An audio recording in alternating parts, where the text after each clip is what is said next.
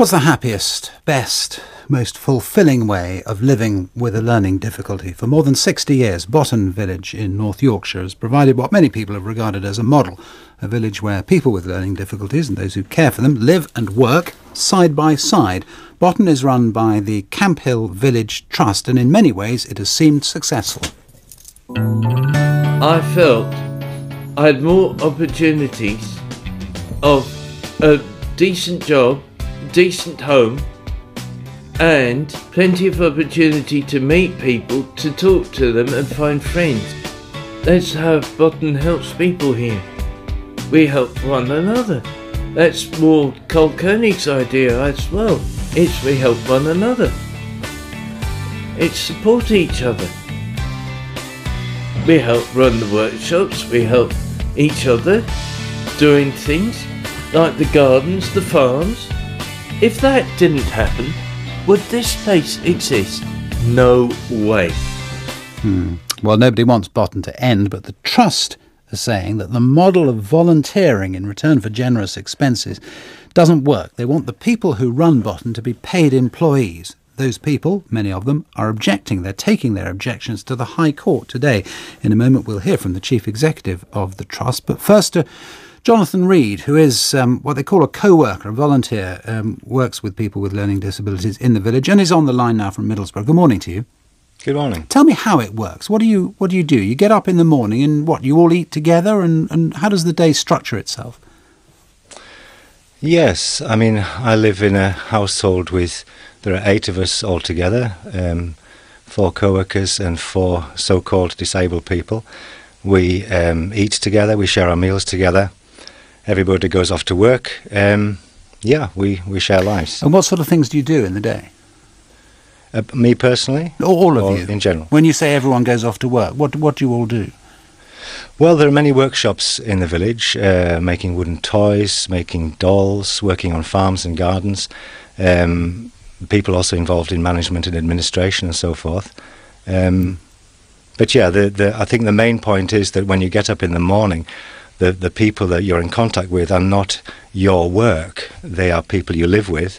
And in the course of the day, everybody goes off to work and has something meaningful and productive to do. How do you make a living then?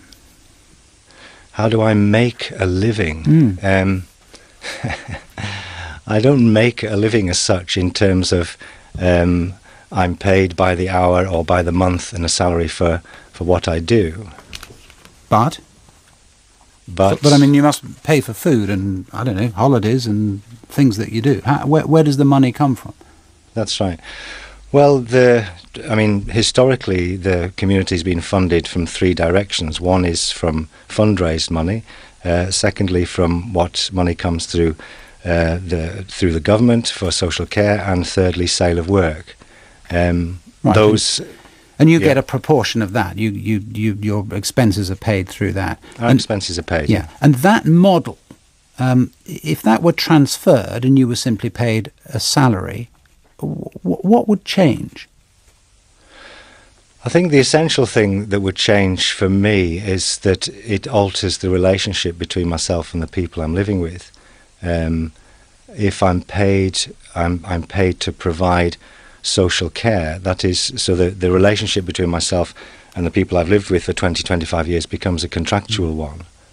OK, Mr Reed, thanks for talking to us. Let's turn to Hugh John, who's Chief Executive of the Camphill Village Trust. Good morning. Good morning. What do you say to that the move towards these people being salaried employees changes in a profound way the relationship they have with the people they're caring for? We don't think that the relationship is based around whether you're employed or not employed. We think it's based around trust. It's based around having time to get to know each other and understand one another. What we need to understand is that right across the Camphill world, globally, due to legislation, due to employment law, Camphill communities have moved to employment status. And other ones have they? Yes, right across the globe, including the UK, obviously including within the Camphill Village Trust. And they've continued to provide really meaningful communities, they've continued to provide strong relationships, and they've proven that they can navigate that legislative world that we're in. Why do you need to make the change if the people in Botton don't want it made?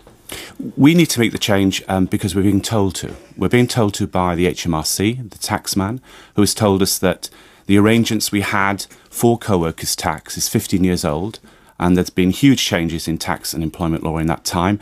And we've been given a very clear message that from April the 6th, HMRC will judge and view our co-workers as being employees. And as a result of that, we'll have to pay the tax. Why not appeal against that? Because, excuse me, one of the things that people might say, and certainly some of those who work there might say, or volunteer there might say, is that this is an imposition of all sorts of bureaucratic controls and tick boxes on a situation that works. Is it your case that the situation doesn't work? It works elsewhere in the charity with employed staff and with those co-workers who've chosen to move. The weight of expectation upon us is really challenging. The HMRC, as I mentioned, the Charity Commission have told us that there needs to be a significant change to the way in which co-workers are governed and the way in which they are rewarded.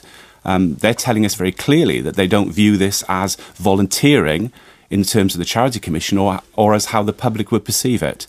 We're talking about private education, private housing, we're talking about private healthcare. These are the things that are provided. These are the benefits, and the Charity Commission have said, as a result of some whistleblowing, that's not volunteering, right. And you need to pull that in line. All goes to court today.